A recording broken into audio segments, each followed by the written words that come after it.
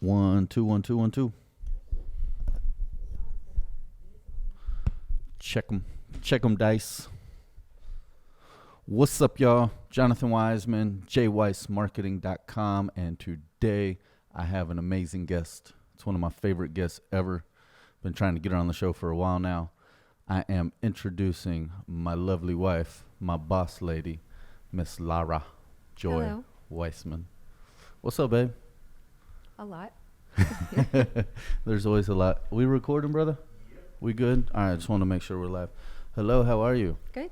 Thank you for finally coming in here. Mm-hmm. I've been trying to get you in here forever, and it's good to have you. Thank you. So today we're going to be talking about your business a little bit. Mm-hmm. We're going to be talking about some really cool stuff you have coming up in the future. But let's first start by introducing you and Okay. letting the people know about you, your business, Living Houston, which is your brokerage, Mm-hmm. and just a little bit of background, how long you've been in the business, how you got into it, Yeah. and then I want to get into Level Up with Living Houston. Okay. I got my license about 6 years ago. Started out as a real estate agent and knew from the beginning for a variety of reasons that I wanted to start my own team or brokerage. So Why was it that you wanted to start your own team? there's multiple reasons. The main reason I started was because I really was looking for some luxury style branding because I knew from the beginning I wanted to go in that direction of real estate, and it's very hard to find. And there's strict rules in place. If you're an agent, if you're with a broker, you typically have to use that broker's branding. And so it really limited me on the style of branding that I wanted to showcase my luxury clients and listings. So you were limited to whatever it was that they had, good or bad. Correct. Gotcha. And what does it mean to be a luxury broker or a luxury agent versus a regular agent? Well, we represent anyone, no matter what price point they're in, and whether they're leasing, commercial, residential.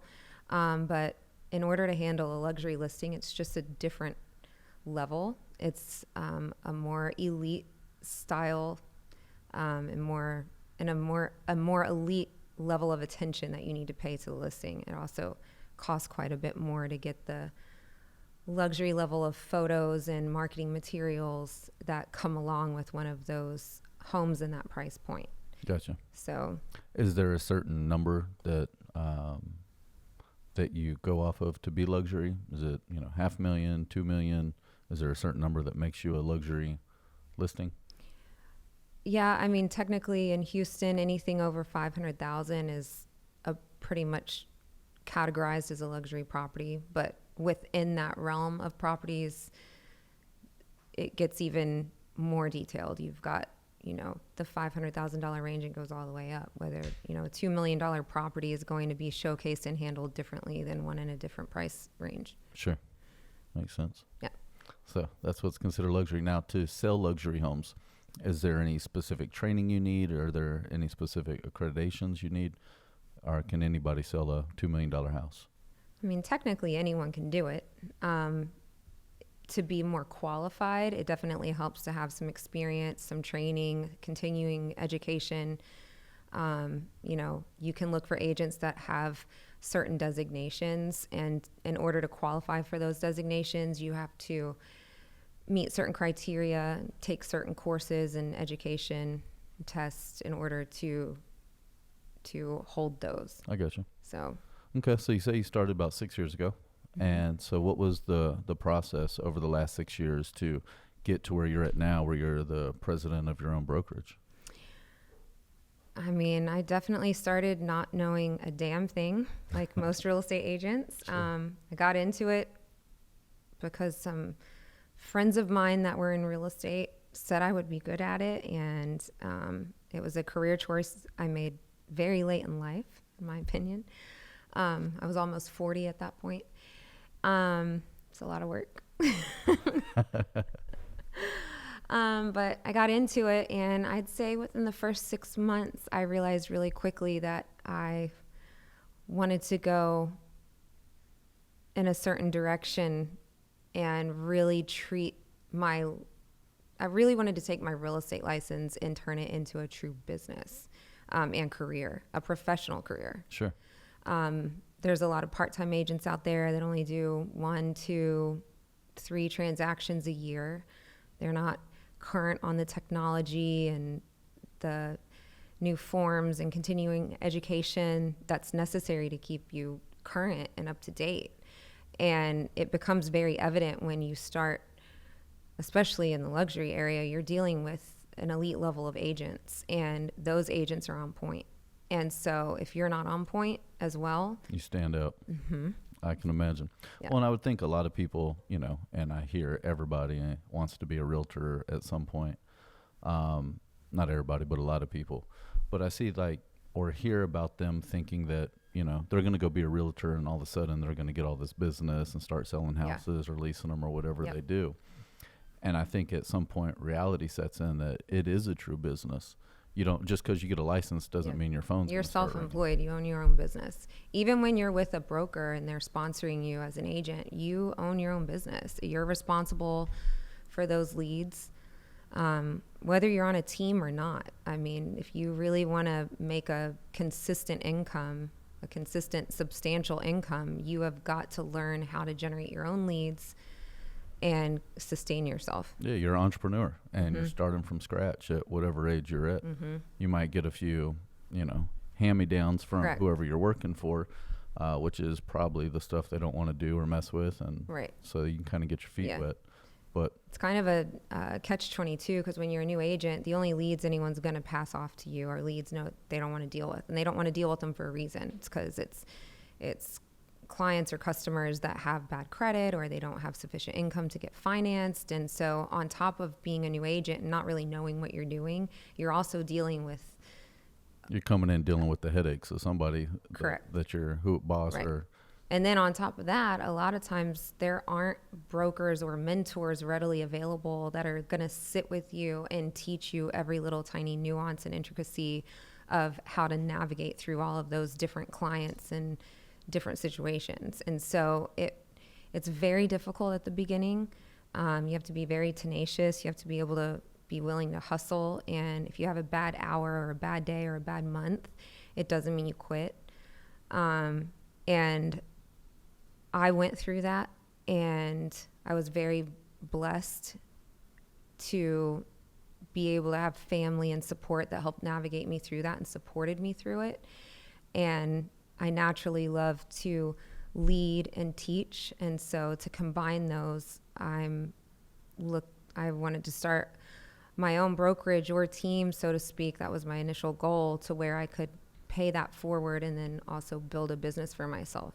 Cool. And how long has it been since you started your own brokerage? I had the vision and the marketing and the wherewithal and to go into it, but we officially got our certificate last summer, and then technically officially launched this April. So we're up and running, and we're going to be moving forward with a lot of exciting stuff in the next few months. Real cool. Tell me a little bit about some of the additional education that you've gotten. You went through a program a year or two ago that you were in for a while. Is that the Texas Realtors? What was the program you're in? I don't even know what it is called. I'm proud of you for remembering. In the real estate world, in Houston, it's the short term is TRLP. It stands for Texas Leadership Realtor Program, and you apply for it, and it's pretty much a year-long program where you have to commit to dates. It's a long series of intense classes where they really put you through training, and you build a project together with your team that helps a charity or a nonprofit in Houston, and you work together to raise funds for that. At the same time, you're earning designations and getting a higher level of training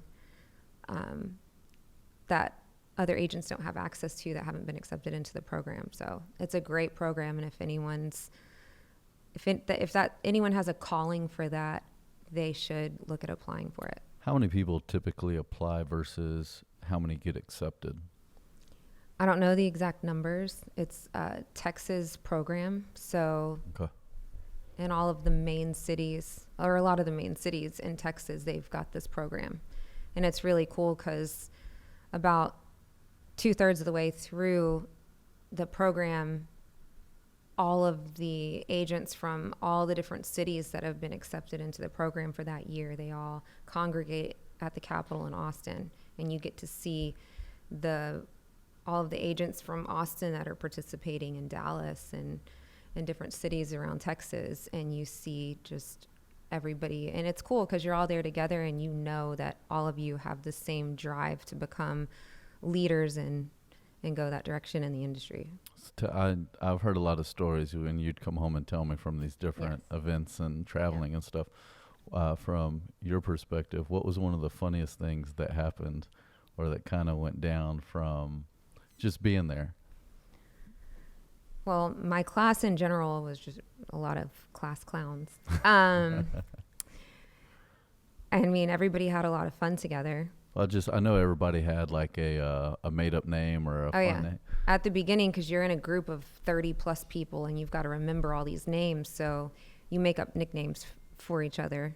And that it helps you remember names. Yeah. What was your nickname? Lucky Laura. Yeah. That's really cool. Yeah. So what was one of the best things you took away from that experience for a year? Oh my goodness. Like I couldn't even count. They asked us this question many times throughout the program. And my answer always came down to, it taught me how to take my business and turn it into a professional career. And then a close second to that is all of the connections I made and people I met in the program. Yeah. The friendships you developed. Absolutely. Yeah. Sounds like it. Okay. So that was, a few years ago you did that and graduated, and you've been running your brokerage for the last year plus. Yeah. Roughly. About a year. Yeah. Less than a year. And you developed the brokerage just because you weren't able to find a luxury brokerage with the branding that you'd want out there. Yeah. So if you couldn't find what you're looking for, you said, I need to create it. I'll go and create my own. Yeah. And a lot of it is the systems and processes, all the tedious work that it takes to make sure that you're proactive with your clients, with their transactions and the listings. You've got to have some systems in place to track the progress. And if your goal is to expand and hire an assistant, a buyer's agent, and even build a small team, you have got to have a centralized area for all of you to keep track of all of the work going on in the company. Mm-hmm. And so I've spent a lot of time, that's where I've been hiding out for everybody that's asking me, where are you? I've been in the trenches, building that, taking my own experience and stuff I've developed over the past few years, and compiling all of it in an organized way so that I can scale the business to where I can bring in a buyer's agent or an additional assistant. By the way, I keep pointing to my new assistant over here. She's freaking fabulous. Hi, fabulous. She'll be on here next time, don't worry. But, when someone comes in the office, if you have to drop everything and train, it really slows you down. And if you're a busy agent, you don't have time to do that. Yeah. And it hurts when you have to do that. Well, a simple question will interrupt you and take your And mind. it'll take an hour to explain that one question. So my goal is to get my business where it's running efficiently so that I can bring in new agents and add people to my team. Yeah. And spend time one-on-one with them, teaching them and training them. And the back office can be running efficiently in the meantime, which equates to my clients being taken care of. Yeah. And you having a knowledgeable staff. I mean, I've seen you build it 12 to 15 hour days for the last year plus straight just on building your onboarding processes, your standard operating procedures, your checklists, your how-tos. You've been building the infrastructure for over 12 months. Oh, absolutely. And really even been before building then. it for years. Yeah. I started putting together my own listing presentation almost 4 years ago. Yeah. I remember very. Yeah. And I can't wait to share it with my agents and my team. Well, and that's something that you're moving towards now, which is really cool. Correct. Is you're starting as a Living Houston prep course, or Yep. so you're going to start a educational series. Yes. Where you start, and I know you stay away from the word coaching. Right. Why don't you tell me why you're staying right now? I see the word coaching thrown around in every business model. Yeah. Everybody thinks they're a coach. Right. I know you're purposely staying away from that. Why don't you fill me in on that a little bit, and then tell me about the Level Up with Houston, which is the show we're going to be doing here. But then you're also going to be moving into the Living Houston prep courses, where you're going to start educating and hosting these monthly courses for people to come Right. learn how to do things the right way. Yeah. So what was the question? I might have answered it for you. So why do you not like the word coaching, and you want to make sure you stay far away from that? That's easy. And it's no disrespect to people. No, not at all. Themselves no, coaches. not at all. Coaches are, I think they're imperative to everyone's success. And for a variety of reasons, mainly accountability and, sharing the wisdom of the crowd, so to speak, so you can learn from somebody else's mistakes and not have to derail yourself going through those and getting back on track. But I do not label myself a coach, because I feel like in real estate, what I really am at this point, and I've only been in real estate for 6 years, but I would call myself more of a mentor. And I'm very aware that I like that. Yeah, I'm not a seasoned agent that's been in the business for 25 years, but I've held my own and I've made it this far, with the support of you, obviously, but really no one else. And I've learned firsthand from almost every mistake that you can make. So it's very easy for me to guide someone and give them guidance on all of those different topics or obstacles that you're going to encounter. So I don't like to say I'm a coach, because I'm not trying to build a coaching program. I'm trying to build a program where I help educate agents on and give them fresh ideas. And so you're going to host these on a monthly basis and cover different topics. Correct. And also with your brokerage, is this something that all the agents that work for your brokerage partake in? Do they come and do this as well? Is this part of the onboarding process, where they get to take advantage of that at no cost, versus agents that aren't a part of your brokerage, then it's for a paid for amount? Correct. So when a new agent comes on, we onboard them. It's a long process. That right there is an example of, we've built a system that they log into, and it takes them through the onboarding process with videos and instructions, so they know what to do. And then I also host a workshop for new agents where I help them set up everything from their email login, their zip forms. If you're in real estate, you know what that is. Anything you can imagine that they need. I mean, sometimes no matter how smart you are, how tech savvy you are, you need somebody to walk you through that first time. Sure. So you feel confident moving forward, and you're like, okay, I understand this. Absolutely. And I did not have that. I did start out at Keller Williams, and they have amazing training, but it was not very hyper-focused and detailed exactly on, okay, now everybody, this is how you log into this. They would just shoot straight to the meat of it, and all those other little details, if someone hasn't explained them to you, it's very confusing, and you get started off on the wrong foot. So I have a workshop for new agents where I walk them through how to do all of that.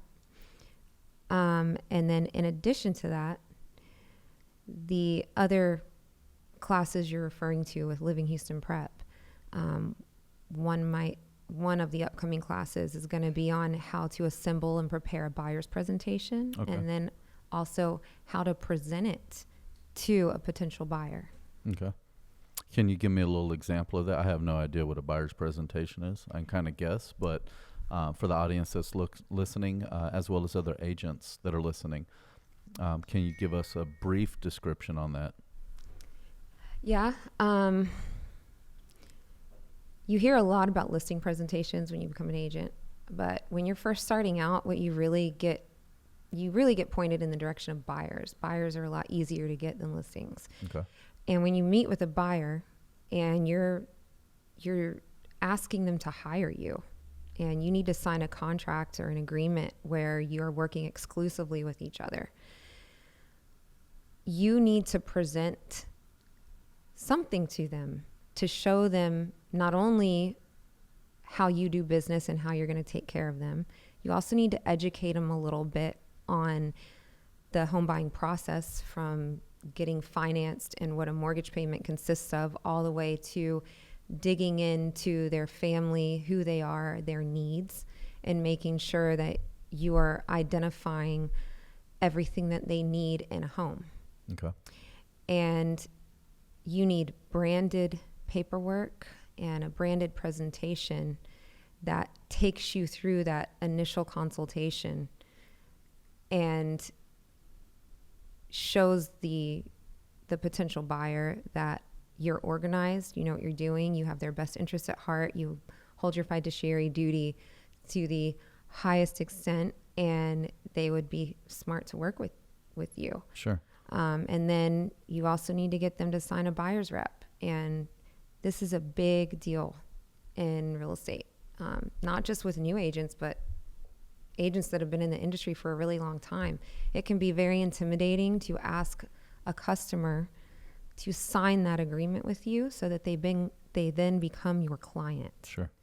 And when they become your client, they become, everything you discuss with them becomes confidential. It formalizes the relationship, and it guarantees that you're working exclusively with each other, and it holds the realtor to their fiduciary duty. Yeah. And until that rep agreement is signed, none of that is in place. And it can be very intimidating for an agent to ask their customer, can I have your business, and would you be willing to work exclusively with me and sign this? Yeah. And it takes training and role playing to learn how to confidently ask a customer to do that. And so that's one of the things you teach in your course. Yes. So not only are you going to provide the material so that they can develop their own buyer's package, you're also going to educate them on it, why you do it, and then even role play so that they get comfortable with going through the motions of doing it. Yep. That's amazing.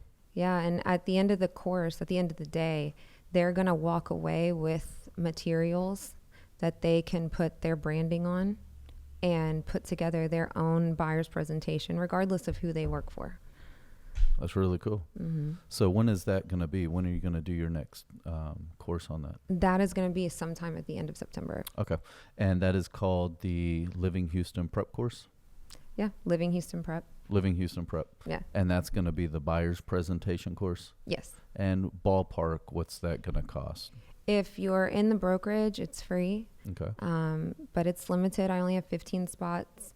If you're not with Living Houston, it's $99. Okay. So it's still very cost effective. Mm-hmm. Real cool. And how do people sign up? Do they just go to your website, give you a call, shoot you an email? I'll have a link on my website for them to sign up. Okay. Mm-hmm. If there are agents out there that are floating around or wondering where to hang their hat, how would they become a part of Living Houston? We have a pretty intensive interview process. So you don't just sign up. Not anybody can just come be a part of your brokerage. No. We're real big on quality over quantity. And I also have a really specific culture within Living Houston. Yeah. So we need to make sure for their sake and ours that they fit the culture. And if everyone feels that they're a good fit, they come on the team or into the brokerage. And then from there, they can be as involved as they want. Real cool. Yeah. So they go through an interview process. Tell me a little bit about Level Up with Living Houston, why you decided to start this, and what you're going to be providing for your viewers. Okay. Well, in the real estate industry, whether you're an agent or you're a consumer, there's a never-ending stream of information when it comes to real estate. Sure. So, number one, I'm really excited about it because I'm going to use it as a way to let the general public get a peek into the family at Living Houston. Everybody that's a part of the team. I love it. Yeah. My sister runs a lot of my social media. She gets on my ass about staying on my Instagram. So I do that, but she's in charge of a ton of different accounts and Facebook groups. She's amazing. That's going to be Melissa Miles. Y'all keep your eye out for her. She's absolutely amazing. Yeah. I've got my assistant, buyer's agent, my broker of record, who's also one of my best friends. We've just got a great family. And in addition to that, I'm going to be bringing clients on the show too every now and then, talk about their experiences. Yeah, you've talked about bringing on lenders and a lot of different people related to the industry. I've got a great lender that I'm going to be having on the show in a couple weeks, and we're going to be talking about if you are self-employed, what you need to do to position yourself to buy a home. Yeah, I'm very familiar with that. Speaking from experience. Yes. So I'm really excited about that. I get a lot of people that contact me that want to buy a home and they're self-employed, and I have to turn them away because they're 2-3 years away from being able to buy. So I'd love to let people know, where to get started with that. And you don't actually turn them away. You actually start running them through the process of what they need to do to get to where they need to be. Typically, they're going to have to rent for a while they get their ducks in a row. And I know because I'm one of those people, so I can speak on it. Right.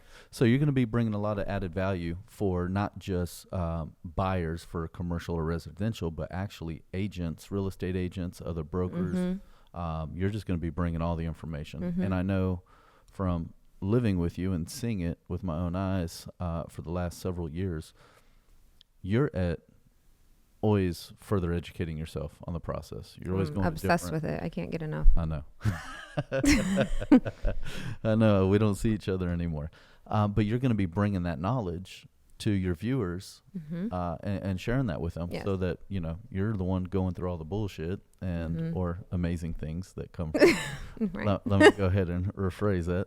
So you're the one going through all these educational processes, and you're going to bring that information to the end user, to your viewers. Absolutely. I love it. Yeah.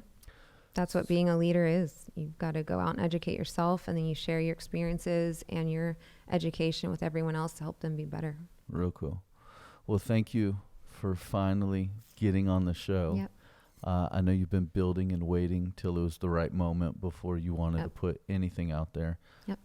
You've been building and building and building for years. You're building something absolutely amazing. I'm so proud of you. You're going to make me cry. Stop. Well, I'm proud of you, babe. Thank you. And now I'm so excited for you to see it blow up and blossom. And it's not just about blowing up and getting to the top. It's about helping other people. Like, I know why your heart's in it, and I know your why. Your why is financials is at the very, very bottom of your list of your whys. And that's what's so, my why is to give opportunity to others. That's my why, which is absolutely amazing. I love it. So I'm excited, glad to launch this, and now it's time to level up with Living Houston. Yeah, I love it. All right, baby. Well, thanks for coming on the show. I want to thank y'all for tuning in. This is Level Up with Living Houston. My lovely wife, Laura Weisman. She'll be on the show on a regular basis. Y'all make sure y'all subscribe, tune in, and we'll look forward to seeing you on the next one. Take care, guys.